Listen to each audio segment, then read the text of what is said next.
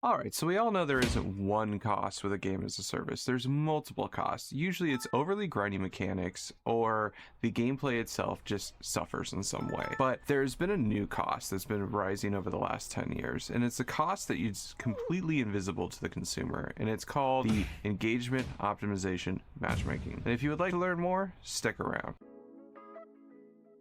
Alright, it's Friday night, you get online with a bunch of you and your friends, you pick your favorite multiplayer game, and you guys just start dominating. I mean, one after another, go on this epic winning streak, and you pull out of whatever rank you were in before, and you go to bed that night, and you think to yourself, I did it.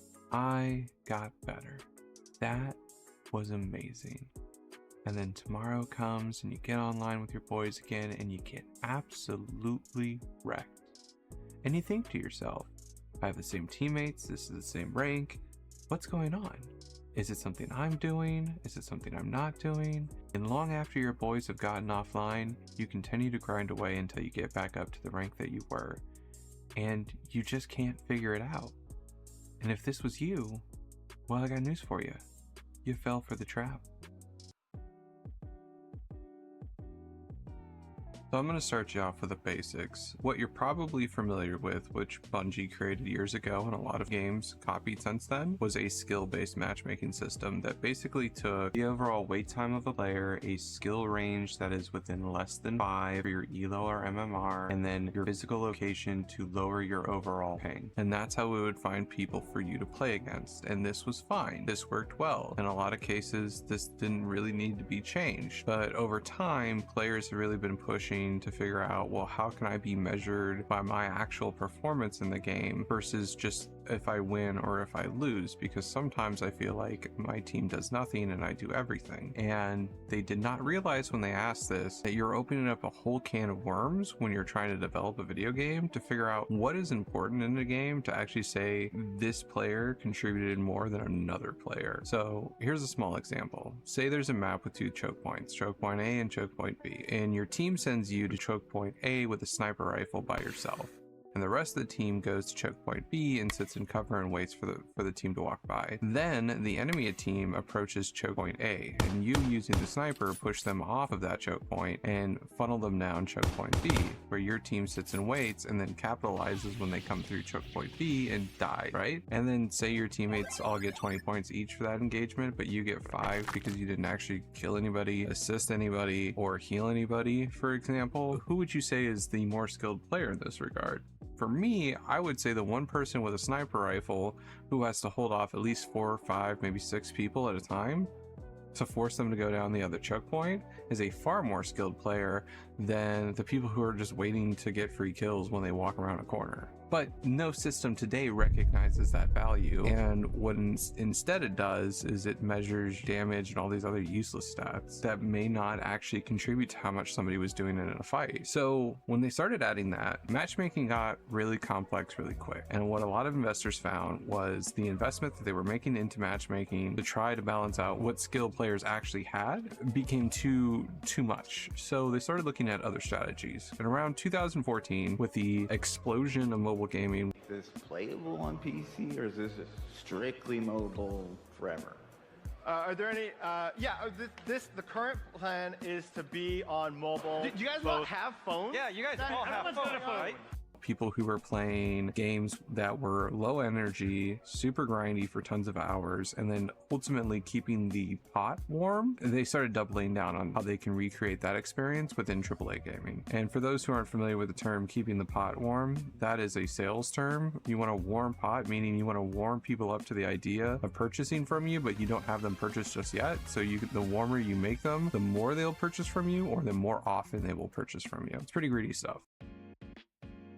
Now, how does engagement optimization matchmaking work? What's really happening here is this system dictates how much churn it is allowed to go through in the game. Churn meaning how often is a player jumping off of the game and not staying connected to the game. So what it's going to do is it's going to find a win/loss pattern for you. It's going to set up predictive outcomes in order to give swings to the enemy team or to your team, depending if you're supposed to win. And how it does that is it stacks teams. It will dictate one player in the team as a player, and it'll dictate the other players in a team as a support. And the player is going to be what the actual skill level of the lobby is measured off of, while the rest of the supports are just there to support. It's not balanced towards them. And they do this so that you have quick matchmaking so that players won't get up and leave. You'd be surprised on 40 seconds a casual player is going to stop and they're not going to play the game anymore. So they need quick matchmaking. They need people to stay playing the game longer, so they're going to go ahead and rig matchmaking to give that win-loss pattern as much as possible that can keep people addicted. Now there is obviously variables that happen within a match. Somebody goes off, somebody makes bad decisions, somebody has to get up and AFK. All those things can happen, but the system in general is trying to create a pattern for you. The next thing that it tries to do is lower your overall fatigue. So it's going to try to dictate matches that are quick. So either you win quickly or they lose quickly. They do not want the long drawn out push back and forth engaged matches that you really like to play in some of these competitive multiplayers. It wants to be fast, because if it's fast, you're going to start playing more matches. And if you're going to play more matches, you're not thinking about how many matches that you've actually played. You're thinking about, I can get a match done within 10 minutes, so I'm going to play this all day, and you're going to keep going and not thinking about it anymore. So it creates quick wins and quick losses. It makes sure that the player stays engaged with it. What else does it do? It also monitors spending habits. It monitors whether or not you have a skin. This isn't speculation. Like, the skin one is from a direct patent from Activision, who will put the losing team against a team who's wearing skins so that they can feel like the winning team who's dominating them is dominating because of the skin, and it uses psychological manipulation in order for you to buy the skin. That's a real patent. That's a real thing that Activision's been doing.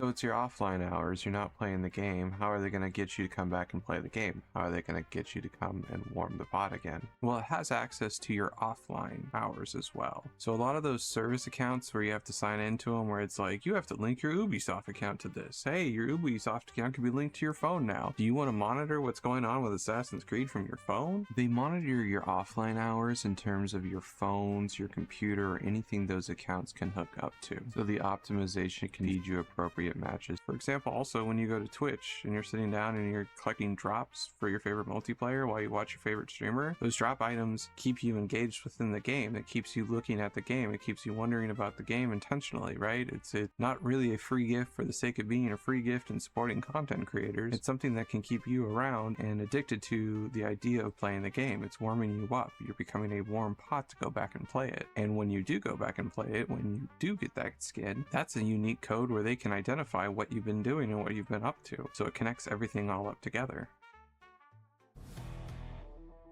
And then smurfing. Smurfing's a huge problem, and it's been for a very long time. And for those who aren't familiar with the term, there's two variations of it. There's a player who is really skilled in the game and they make a fresh account and they go and climb back up the game and just dumpstering on lower level players and taking advantage of them. I'm not here to question that debate. I'm here to question on why the engagement optimization and matchmaking actually prefers these players, because of the fact that they're likely to buy the skin more than once. And since they have to move them out of the current rank that they're in now, and they're going to naturally move out because of their skill, well, they're going to put you against the team that's supposed to lose, that shows off their skins. Like, it feeds back into each other and it's very scummy.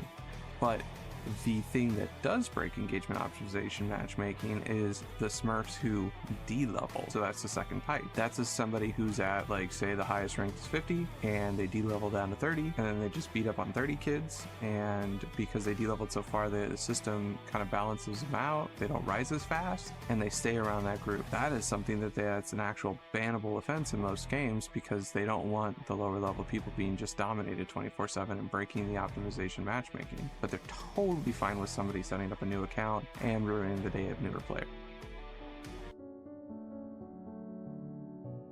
So the idea to mask this to the public is saying that you wouldn't want longer queue times and fairer matches because they're not as fun. And I would say that I grew up with long queue times and fair matches and wait times when I had to fucking just chill because I got to the point where there's nobody else to play against. I would still take that over my destiny being manipulated, making me feel like I don't have the real choice of whether or not I should be winning or losing this match because it's stacked up against me. And to be fair, for the casual players, or even people who are just getting started, most of those people are not going to be able to stand up to the swing. So they're just victim of the swing over and over and over again, which is just creating the future junkies of the service, which is warming them up to the future purchases. And content creators are being farmed out too with drop loot items and promotionals for these games.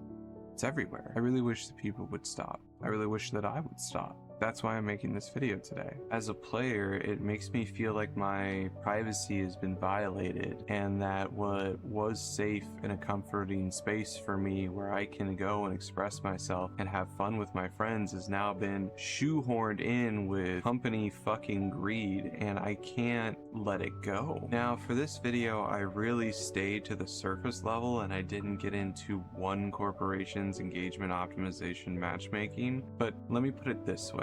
Almost every single one of them do it, and they're not very far off from each other. From the patents with Activision to the interview from NetEase, who created Marvel Rivals, it's everywhere, and they're not ashamed of it anymore, and in fact they're proud of it because they're giving us a favor. So if you guys want me to do a deep dive in a company's specific engagement optimization matchmaking, I have been through almost everyone's dirty laundry at this point. I am absolutely willing to do that. You guys in the comments, let me know down below. But for this video, I struggled on how I wanted to end it out, and I found this clip from a movie from 1976, and I'm going to share it with you because I feel like it's still relevant to the times. I feel like it's even still relevant to the subject matter when video games are entirely different now and the world is supposedly an entirely different place. So thank you guys so much for watching. If you made it this far in the video, please consider subscribing. I want to do more content like this. I am a brand new YouTuber, and I would love it if you guys would give this video a like and share it out with your friends, because I'm just mad as hell and I don't want to take it anymore. I don't have to tell you things are bad. Everybody knows things are bad. It's a depression. Everybody's out of work or scared of losing their job. The dollar buys a nickel's worth. Banks are going bust. Shopkeepers keep a gun under the counter. Punks are running wild in the street, and there's nobody anywhere who seems to know what to do, and there's no end to it. We know the air is unfit to breathe, and our food is unfit to eat. We sit watching our TVs while some local newscaster tells us that today we had 15 homicides and 63 violent crimes, as if that's the way it's supposed to be. We know things are bad, worse than bad. They're crazy. It's like everything everywhere is going crazy, so we don't go out anymore. We sit in the house, and slowly the world we're living in is getting smaller, and all we say is, please, at least leave us alone in our living rooms. Let me have my toaster and my TV and my steel-belted radios, and I won't say anything. Just leave us alone. Well, I'm not going to leave you alone. I want you to get mad. I don't want you to protest. I don't want you to riot. I don't want you to write to your congressman because I wouldn't know what to tell you to write. I don't know what to do about the depression and the inflation and the Russians and the crime in the street. All I know is that first, you've got to get mad. You've got to say, I'm a human being. God damn it. My life has value.